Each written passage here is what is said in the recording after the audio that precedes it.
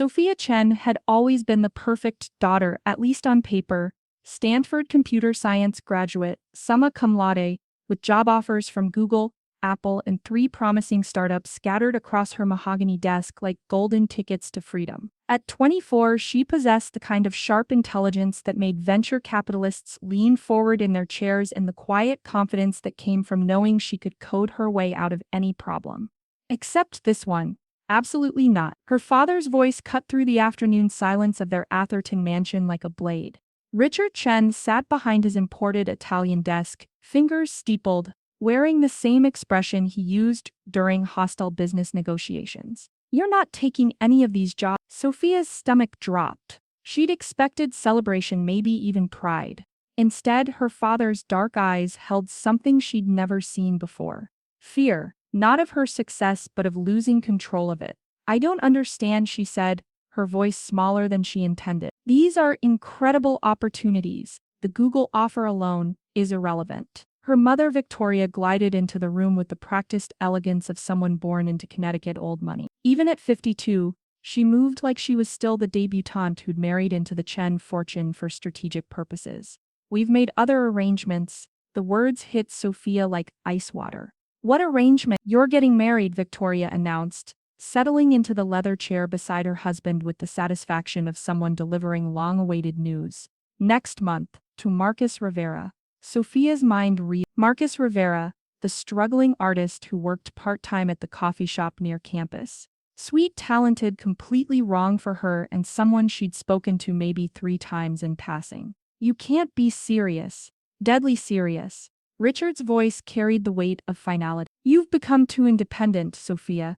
Too ambitious. It's not attractive in a young woman." The room spun. This was 2024, not 1824. Women ran companies, countries, changed the world. "Dad, I graduated top of my class. These companies want me because I'm good at what I do." Victoria's laugh was crystalline and cruel.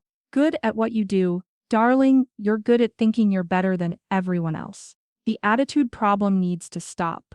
"What attitude problem?" Sophia's voice cracked.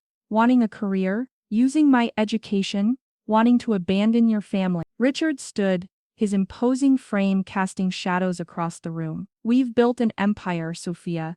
The Chen name means something. You think you can just walk away from that responsibility? I thought you'd be proud." "Proud?" Victoria's voice turned sharp. "You think you're better than us? This is where you belong, with someone as worthless as your attitude."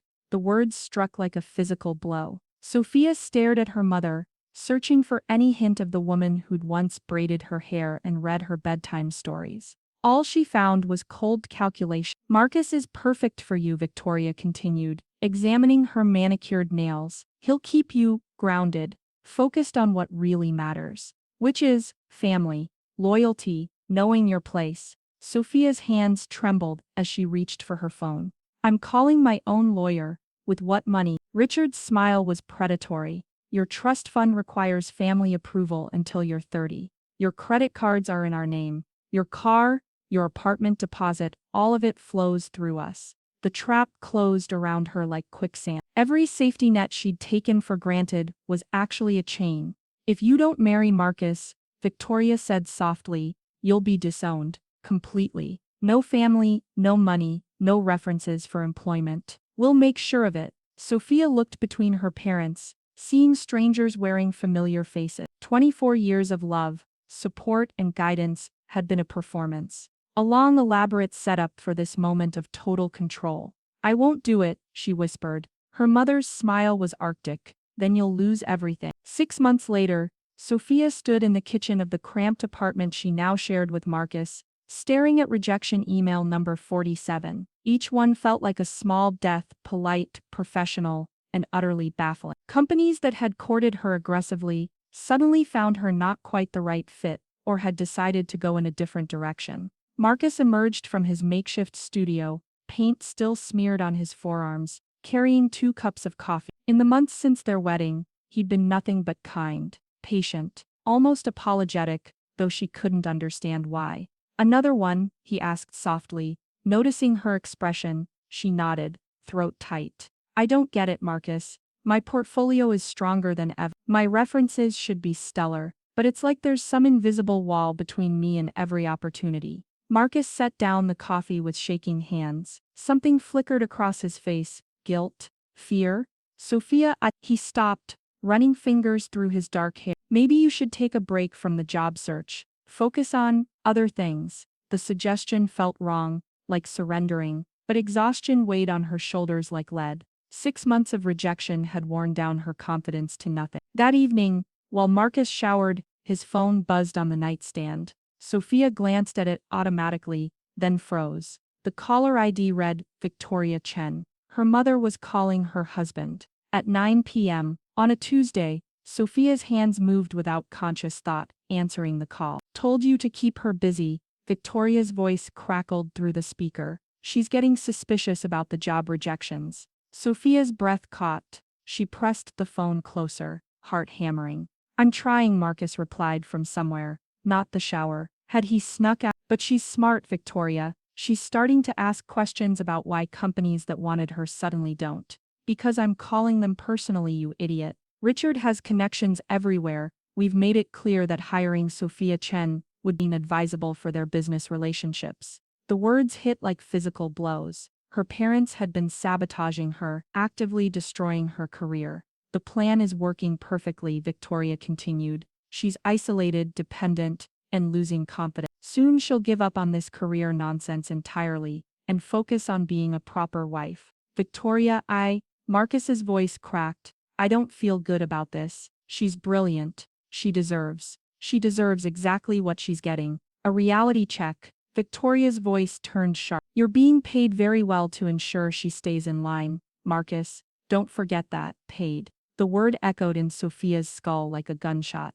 The gambling debts will be completely forgiven once you've successfully kept her occupied for 2 years. Then you can have your divorce and your freedom, and she'll be too broken to cause us any more problems. Gambling debts. 2 years. Divorce. Sophia's vision blurred. Her marriage wasn't just arranged, it was purchased. Marcus wasn't her husband. He was her jailer, bought and paid for by her own parents. I need the next payment, Marcus said quietly. My father's creditors are getting aggressive. It'll be in your account tomorrow. Just remember, if she starts getting too close to the truth, we have other options, less pleasant ones. The call ended. Sophia sat in the darkness of their bedroom, staring at Marcus's phone, watching her world reconstruct itself around this new, horrible reality. Everything was a lie. Her marriage, Marcus's kindness, even his apparent artistic struggles, all of it was performance, paid for by her parents to keep her trapped, uncontrollable. The shower was still running. Marcus was probably in the kitchen, having snuck out to take the call privately. He'd return any moment, slip back into bed, and continue pretending to be the supportive husband, while systematically destroying her future. Sophia opened Marcus's phone, no password, another calculated gesture of false trust, and began scrolling through his messages. Bank transfers from her father, detailed instructions about which companies to steer her away from, even scripts for conversations designed to undermine her confidence. 6 months of gaslighting, laid out in digital black and white. Her hands moved mechanically, forwarding screenshots to her own phone. Evidence. Proof that her entire life had been orchestrated by people who claimed to love her. The shower shut off. Sophia quickly replaced the phone and pretended to sleep. Her mind raced. Marcus slipped back into bed, probably thinking he'd executed another successful deception. He settled beside her with a soft sigh, playing the role of the loving husband, even in the darkness. Good night, Soph, he whispered. She didn't respond, because Sophia Chen, the brilliant, naive daughter who'd believed in family loyalty and unconditional love, had died tonight. In her place lay someone new, someone who understood that love was a weapon, trust was a luxury she couldn't afford, and revenge was no longer a possibility. It was a necessity. The next morning, Sophia woke up different. She made coffee with steady hands, kissed Marcus goodbye with practiced affection, and waited exactly 15 minutes after he left before beginning her real work. First, she drove to a tech store across town, paying cash for a laptop and secure phone. Then to a storage unit facility, where she rented a small space under a false name. Her war room. For 3 weeks she became two people, During the day, she played the deflated wife, accepting Marcus's gentle suggestions to take a break from job hunting and focus on self-care. She cooked dinner, asked about his art, and gradually stopped mentioning her career aspirations. Exactly what they wanted to see. But from midnight to 3 a.m., while Marcus slept, she became something else entirely. She started with the financial records. Her parents had always been sloppy about digital security, trusting their wealth to protect them from consequences. Their home computer system was laughably easy to penetrate. The password was still Sophia 1999, her birth year. What she found made her blood run cold. The payments to Marcus were just the beginning. Her parents had been manipulating her life for years. College recommendations they'd claimed to secure through connections had actually been purchased. Internships she'd thought she'd earned on merit had been bought and paid for. Even her Stanford admission had been greased with a substantial donation she'd never known about. Every achievement she'd been proud of was tainted. Every confidence-building success had been fabricated. But more damaging were the recent activity. Detailed spreadsheets showing payments to hiring managers, threats to business partners, and a comprehensive plan to systematically destroy her professional reputation. They'd even commissioned a background check company to plant negative information about her online fake reviews, claiming she was difficult to work with and unreliable. The scope of the manipulation was breathtaking, and it gave her everything she needed. Sophia began building her counter-strategy. She used her parents' own business connections against them, identifying key relationships that could be leveraged. She documented every financial transaction, every illegal payment, every instance of interference. Then she found the perfect opportunity: her parents' 25th wedding anniversary celebration. Richard and Victoria Chen never missed a chance to display their success. They'd booked the Woodside Country Club for 200 guests, business partners, social connections, family members, and media contacts. Everyone who mattered in their world would be there. The invitation had arrived 3 weeks ago. "Please join us for an evening celebrating love, family, and success," it read. Sophia had nearly laughed at the irony. She began crafting her presentation with the same meticulous attention to detail she'd once applied to code. Bank transfers, recorded phone calls. She'd been taping Marcus's conversations with her mother for weeks. Email chains and documented evidence of career sabotage. Everything organized into a devastating slideshow. The technical challenge was significant. The country club's AV system would need to be hacked, backup systems disabled, and her presentation seamlessly integrated into what was supposed to be a celebratory evening. But Sophia was, after all, a Stanford computer science graduate. The skills her parents had tried so hard to suppress were exactly what she needed now.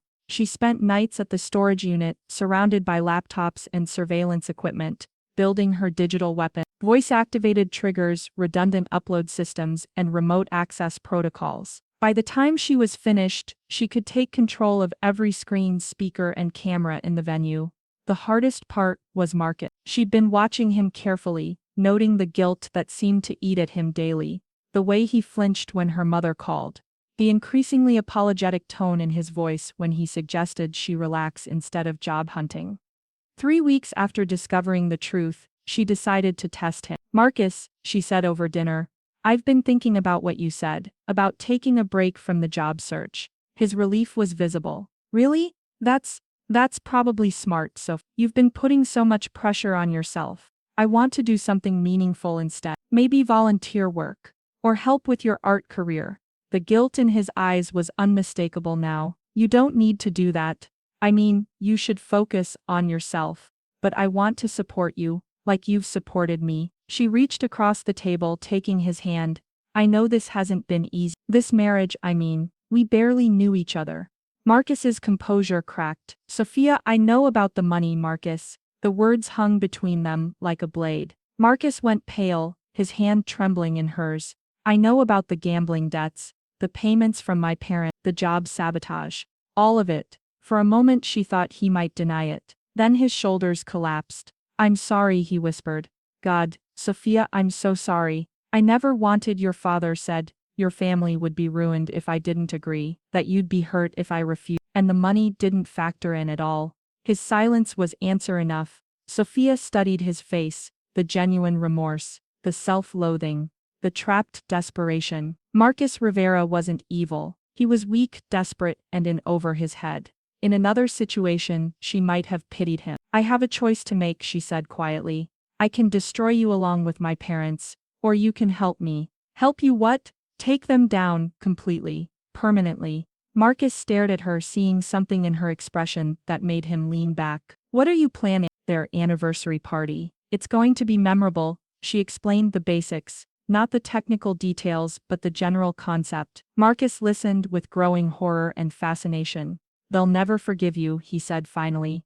Good. I don't want their forgiveness. I want their destruction. And me? What happens to me? Sophia considered this. Marcus had been complicit, but he'd also been coerced. More importantly, she needed an ally inside their circle, someone who could provide information and run interference. Help me pull this off, she said, and when it's over, you get your freedom. Clean divorce, no strings attached. I'll even help you pay off the gambling debts legitimately. And if I refuse, then I release everything I have on you too. Bank records, recorded conversations, evidence of fraud. You'll go down with them. Marcus closed his eyes. You've changed. They changed me. The question is, are you going to help me finish what they started? After a long moment, he nodded. Good, Sophia said, feeling something cold and sharp settle in her chest. Because we have exactly 2 weeks to prepare for the performance of our lives. The Woodside Country Club glittered like a jewel on the evening of Richard and Victoria Chen's 25th anniversary celebration. Crystal chandeliers cast warm light over tables draped in ivory silk, each centerpiece a masterpiece of white orchids and gold accents. 200 guests mingled in their finest attire, champagne glasses catching the light as conversations flowed about business deals, social gossip, and the impressive success of the Chen empire. Sophia arrived fashionably late, wearing a midnight blue gown that had cost more than most people's monthly salary. She'd chosen it carefully, elegant enough to fit the occasion, dark enough to match her mood. Marcus walked beside her, handsome in his tailored tuxedo, playing the role of devoted husband with an expertise born of months of practice. You look beautiful tonight, darling. Victoria glided over, air-kissing both of Sophia's cheeks. Her mother was resplendent in champagne-colored silk, diamonds glittering at her throat like captured stars. I'm so glad you're here. Family should always come first. The irony was delicious. Of course, mother. I wouldn't miss celebrating your love story for anything. Richard approached, distinguished in his custom tuxedo, carrying himself with the confidence of a man who'd built an empire through shrewd business and careful relationships. There's my girl. You look radiant. Marriage clearly agrees with you. It's educational, Sophia replied, accepting his embrace while mentally cataloging the business leaders and media contact scattered throughout the room. Every person here represented a piece of her parents' carefully constructed world. The evening proceeded exactly as planned. Cocktails flowed, dinner was served with military precision, and Richard rose to give the first toast of the evening. He spoke eloquently about love, partnership, and building something lasting together. The guests applauded warmly. And now Victoria announced, her voice carrying easily across the room. Our daughter Sophia has prepared a special tribute to our marriage. Darling, the floor is yours.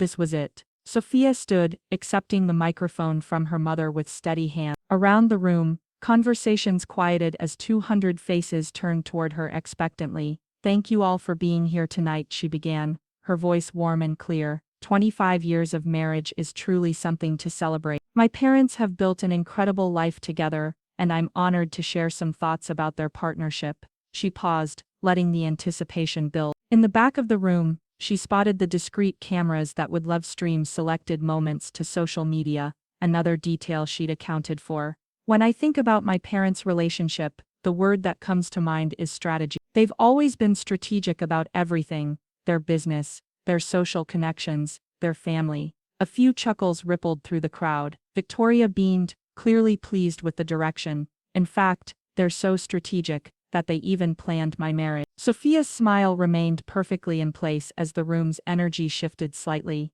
6 months ago they arranged for me to marry Marcus here, ensuring I'd have the right kind of husband for a Chen daughter.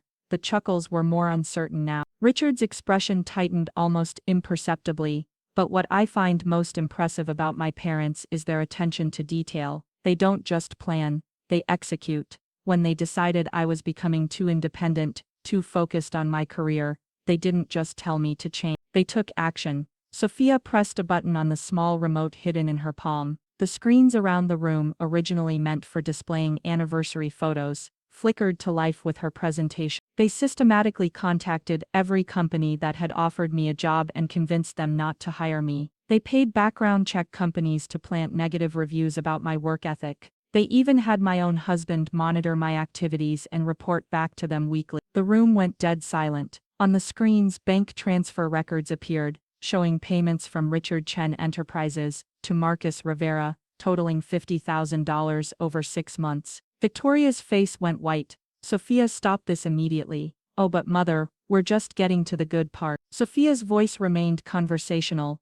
almost cheerful. The financial records show that Marcus's family owed significant gambling debts. My parents paid those debts in exchange for Marcus marrying me and keeping me isolated while they destroyed my career prospects. Gasps rippled through the crowd. On the screens, recorded phone conversations began playing. Victoria's voice crystal clear as she discussed keeping Sophia busy and under control. Turn those off. Richard lunged toward the AV control booth, but Sophia had disabled manual override. The system would run her complete presentation regardless of interference.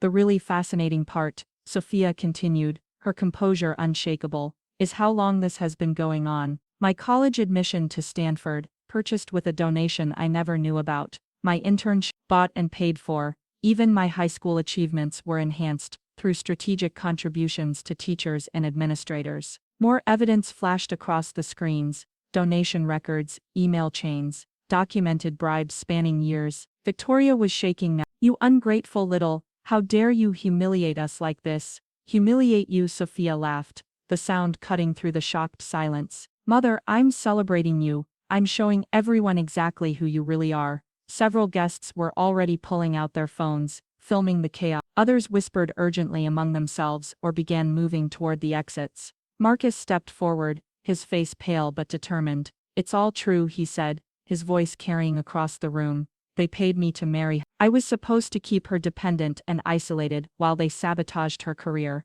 You were supposed to keep your mouth shut. Victoria screamed, all composure abandoned. I can't do it anymore, Marcus replied. She deserves better than that. Richard was frantically trying to reach security, but Sophia had anticipated this too. The club's security team had been quietly informed about technical difficulties with the AV system that might require the evening to run longer than scheduled. There's more, Sophia announced, pressing another button. The real reason for the arranged marriage wasn't just control, it was financial necessity. New documents appeared on screen, Richard Chen Enterprises' actual financial statements, showing massive losses, failed investments, and mounting debt. My parents' business empire is collapsing. They needed me trapped in a controllable marriage because they were planning to use my potential career success to prop up their failing ventures. They couldn't risk me being independent when they needed a family success story to maintain their credibility with investors. The room erupted in chaos. Business partners began demanding explanations. Social media posts were already going viral. Richard's carefully constructed reputation crumbled in real time as guests recorded every moment of the disaster. Stop her, Victoria shrieked at Mark. You're supposed to be controlling her. I was never controlling her, Marcus shot back. I was helping you destroy her, and I'm done. Sophia watched her parents panic with cold satisfaction. 24 years of manipulation, 6 months of systematic destruction of her dreams, and countless lies were finally being repaid with interest. But she wasn't finished yet. The best was still to come. Actually, she said, her voice cutting through the chaos like a blade, there's one more thing everyone should know about the Chen family business practices. The room fell silent again, an electric tension crackling through the air. Even the staff had stopped moving, frozen by the magnitude of what was unfolding. Sophia smiled, and for the first time all evening, it was genuine. You see, when I was gathering evidence about my personal situation, I stumbled across some interesting irregularities in my father's business records. Being a Stanford computer science graduate, the education they bought for me, I felt obligated to investigate further. New documents flashed across the screens, tax returns, offshore banking records, and corporate filings that painted a picture of systematic fraud. Richard Chen Enterprises has been operating an elaborate money laundering scheme through their import-export business for the past 8 years. Fake invoices, phantom shipments, and shell companies in 3 different countries. Richard's face went from pale to ashen. You don't know what you're talking about. I know exactly what I'm talking about, Dad. I've spent the last month working with forensic accountants and federal investigators. Sophia's voice was steady, professional, devastating. The evidence has already been submitted to the IRS, the FBI, and the Securities and Exchange Commission. The room erupted in chaos. Phones appeared everywhere as guests began documenting the complete collapse of one of the community's most prominent families.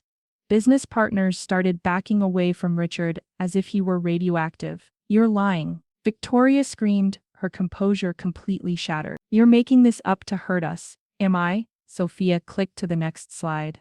Official letterhead from the FBI's Financial Crimes Division. This is a copy of the search warrant that was executed on your offices 3 days ago. They found everything, the doctored books, the overseas accounts, the bribes to customs officials. Richard was frantically trying to reach his phone, presumably to call his lawyer, but his hands were shaking too badly to dial. The really beautiful part, Sophia continued, is that I didn't even have to fabricate anything. I just followed the money trail you left. For people who pride themselves on being strategic, you were remarkably sloppy about covering your tracks. Why? Victoria's voice cracked. Why would you destroy your own family? Because you destroyed me first. Sophia's mask finally slipped, revealing the cold fury beneath. You stole my achievements, sabotaged my career, sold me like livestock, and convinced me I was worthless. You made me believe that love was conditional on obedience. She clicked to the final slide, a photo of herself at Stanford graduation, beaming with pride and hope. This was me 6 months ago, full of dreams, ready to change the world, believing my family supported me. You killed that person. You buried her under manipulation and lies and psychological torture. So tonight, I'm just returning the favor. The crowd was mesmerized by the raw emotion in her voice. Several people were openly crying, whether from shock or sympathy. But here's what you never understood about me, Sophia said, her voice growing stronger. I'm not just smart, I'm resilient. I'm not just educated, I'm resourceful. And I'm not just your daughter, I'm my own person. Richard made one last desperate attempt. You can't do this to us. We're your parents. We love you. Love? Sophia laughed, the sound sharp and bitter. Is that what you call it? Love is support, encouragement, believing in someone's potential. What you gave me was control, manipulation, and conditional acceptance. She turned to address the room directly. My parents forced me into marriage because they were facing bankruptcy.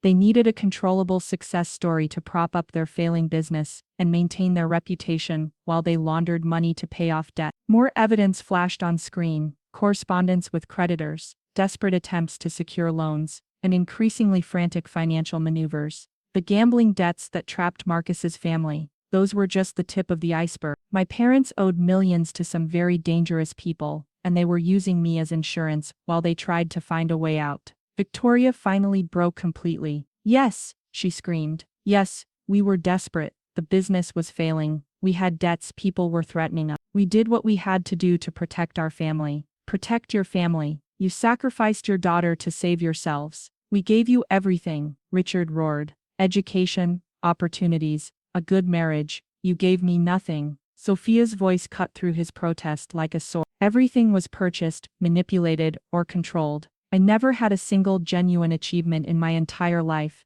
because you couldn't risk me succeeding on my own terms. The silence that followed was deafening. Then, as if on cue, the sound of sirens began growing louder outside. Sophia smiled. That would be the federal agents. I told them the anniversary party would be the perfect time to make arrests, all the co-conspirators in one place. Richard and Victoria looked toward the exits, but plainclothes officers were already positioning themselves around the room. The trap was complete. FBI agent Sarah Martinez approached the family, badge clearly visible. Richard Chen, Victoria Chen, you're under arrest for money laundering, tax evasion, and conspiracy to commit fraud. As the handcuffs clicked into place, Victoria turned to her daughter with pure hatred in her eyes. You've destroyed everything we built. Everything. No, Sophia replied calmly. I've revealed what you built. There's a difference. The room watched in stunned silence as Richard and Victoria Chen were led away, their empire crumbling around them in real time. Business partners were already distancing themselves, social connections evaporating like morning mist. Marcus approached Sophia as the crowd began to disperse, Many guests recording statement videos for social media or calling their own lawyers. What happens now? He asked quietly. Sophia looked at him, really looked at him, for the first time in months. She saw the guilt, the relief, and something that might have been respect. Now you're free, she said simply. We both are. As they walked out of the country club together, Sophia pulled out her phone and opened her email. 3 new job offers had arrived in the past hour, from companies that had been following the viral live stream of the evening's events. Apparently, destroying a corrupt empire on live television was exactly the kind of problem-solving skill Silicon Valley was looking for. The Chen family name was ruined, but Sophia Chen, the real Sophia Chen, was just getting started. 3 months later, Sophia stood in the floor-to-ceiling windows of her new San Francisco office, watching the morning fog roll over the bay. The view from the 32nd floor of the Quantum Dynamics building was spectacular, but what she treasured most was the nameplate on her desk: Sophia Chen, Senior Software Architect.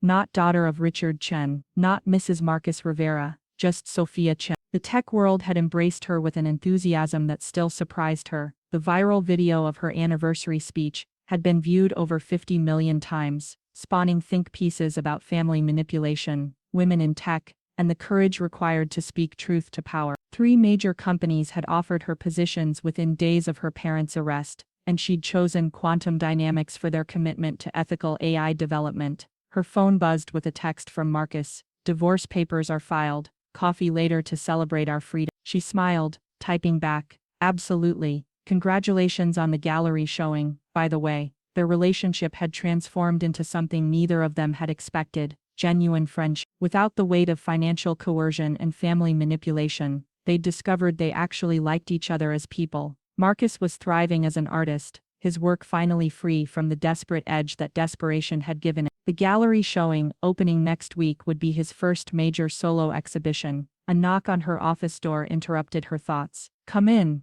Her assistant entered with a concerned expression. Sophia, there's someone here to see you. Says she's your aunt? Sophia's stomach tightened. She'd had no contact with her extended family since the anniversary disaster. Send her in. Aunt Linda entered hesitantly, looking older than Sophia remembered. Richard's sister had always been the family diplomat, the one who smoothed over conflicts and maintained relationships. Hello, Aunt Linda. Sophia gestured to the chair across from her desk, remaining professional but wary. I wanted to apologize. Linda sat down carefully, as if afraid the chair might collapse. We all knew your parents were controlling, but we had no idea about the extent of it. The marriage arrangement, the career sabotage. She shook her head. It was unconscionable. And the money laundering, the fraud? Linda's face crumpled. We suspected Richard was cutting corners, but we never imagined it was that extensive. Several family members lost their investments when the business collapsed. Sophia felt a flicker of sympathy, but it was tempered by years of complicity. Where was this concern when they were destroying my life?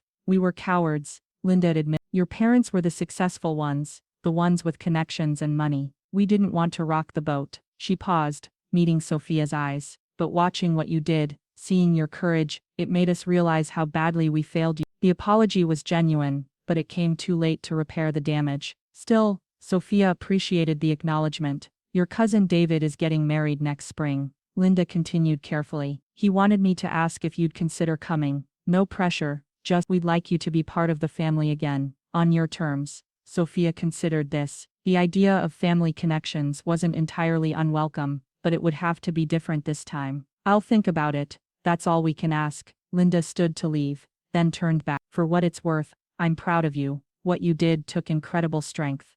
After Linda left, Sophia returned to the window. Below, the city hummed with life and possibility. Her phone buzzed again, this time with an email from her lawyer. The civil lawsuit against her parents' estate had been settled. The money from their seized assets would compensate the victims of their fraud, with a portion going to Sophia to cover the therapy bills and career losses they'd caused. She didn't need the money anymore. Her new salary was generous, but the symbolic victory mattered. That evening she met Marcus at their favorite coffee shop near his studio. He looked relaxed in a way she'd never seen during their marriage, paint stains on his fingers and genuine excitement in his eyes. The gallery thinks the exhibition might sell out, he said, grinning. Apparently, there's something about art created in the aftermath of personal liberation that resonates with people. I'm happy for you, Sophia said, and meant it. You deserve success on your own terms. So do you. Marcus studied her face. You look different, lighter, somehow. She considered this. I think I'm finally becoming who I was supposed to be before they interfered.